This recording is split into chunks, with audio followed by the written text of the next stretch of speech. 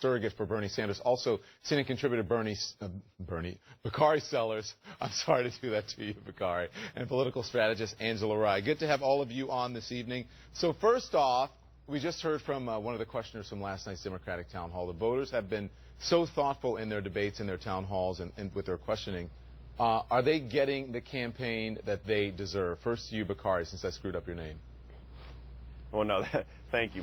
Bernie Sellers is a new one right now. But no, I think that the American public is getting a robust discussion from Democrats. I mean, last night Hillary Clinton took on issues of war and peace. She took on issues of the death penalty and fracking. Bernie Sanders had to talk about his plan for free college and tuition. We're talking about trade, robust trade proposals on each side. So yes, I think the American people are getting the discussion that they deserve on the left side here, and I do think that both candidates go into November with a very robust chance at beating Donald Trump. I look forward to both Bernie Sanders and Hillary Clinton having an amazing chance to beat Donald Trump in November. Angela, are they getting the conversation and the campaigns they deserve? I think absolutely to agree with Bakari on the Democratic side of the aisle. We're talking about real issues. Nobody's talking about hand size or screaming over each other or acting like kids that can't play together in a sandbox.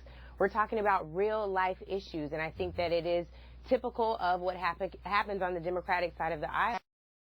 You know, the other thing is when you look at the fact that this is the anniversary week of the GOP autopsy report, and that thing is still dead. They still don't have the issues right. They're still not talking about immigration. They still haven't addressed minority buying power in this country. There's so many things that they don't tackle that we deal with every single day, and that is absolutely why our candidates are competitive. Nina, I want to move this conversation forward with you. There's a new Super PAC ad airing nationally over Trump's comments about women. Here's part of it. Bimbo, dog. Fat pig. Real quotes from Donald Trump about women. A person who is very flat-chested is very hard to be a 10. I'd look her right in that fat, ugly face of hers. Look at that face. Would anyone vote for that? She had the height, she had the beauty. She was crazy. But these are minor details. I like kids. I mean, I won't do anything to take care of them. I'll supply funds, and she'll take care of the kids. You know, it really doesn't matter what they write, as long as you've got a young and beautiful piece of That must be a pretty picture, you dropping to your knees. Nina, should we have seen these sorts of things, these sorts of ads coming months ago? I mean, it's ridiculous. I mean, it causes us to pause in this country to have someone who is running for the presidency of the United States of America to carry on like that and to say such words, not just about women, but as Senator Sanders says often on the trail, he has insulted almost every group in this country. It is very much unbecoming of the presidency of the United States of America. But I will say that my Republican colleagues, and I do agree with the doctor, the good doctor, when he said that the only Republican that has tried to stay above the fray, who has stayed above the fray, is Governor Kasich, our governor. But, you know, what Mr. Trump is doing is really ramping up the latency and the negativity that is part of the human nature and the ugly racial history of this country as well. And so beyond Mr. Trump, I will continue to argue that he has a responsibility, but as a nation, we have to face the fears and the cries of the people in terms of painting other people as the other. He really is dividing this country, and it's unfortunate. And I think what's more unfortunate is that he is not standing alone, that there are millions of people who want to stand right by his side and see him become the president. Yeah, well, Angela, you know, we have heard, well, actually, I'm going to ask this to Bakari. We have heard a lot of voters on the campaign trail that they like that he's tell it like it is. They say he's not PC. They like that style. Are those types of comments, you know, while disgusting to some, it's part of Trump's appeal? Well, unfortunately, it's very distasteful. And as much as I have to worry about Donald Trump, my angst goes up even higher for the people that support him and these comments. Tonight, me and my stepdaughter were able to have dinner together.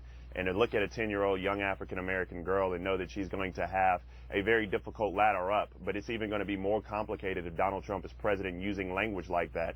I mean, it makes you take a step back. And when you hear that, and I see that I'm on the air with Nina Turner and Angela Rye, you know, strong women who've made it this far, if Donald Trump becomes president of the United States, how many steps farther back do we take?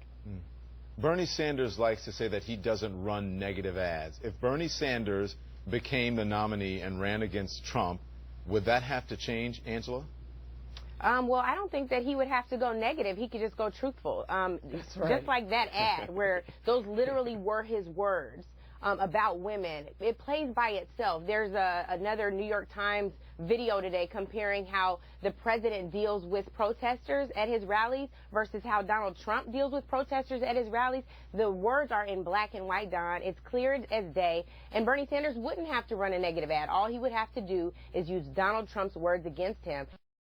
Nina Turner earlier mentioned John Kasich and the fact that he's stayed above the fray, but I would argue that he is complicit in this because he's not pushed back and challenged it. I would argue that Marco Rubio is complicit in it because, sure, he pushed back, but he was jabbing like a kid playing the dozens with their homeboy on the playground instead of saying this has to stop. Now all of a sudden it has to stop because he's probably going to lose tomorrow. But it's too little too late, and so much has been done that is violent and dangerous for people who look like me, and I just don't appreciate it. It's time for all of them to really deal with what they created, and it existed far before Donald Trump and his rhetoric. This is a problem that they created with the Tea Party in 2010. Everyone stay with me when we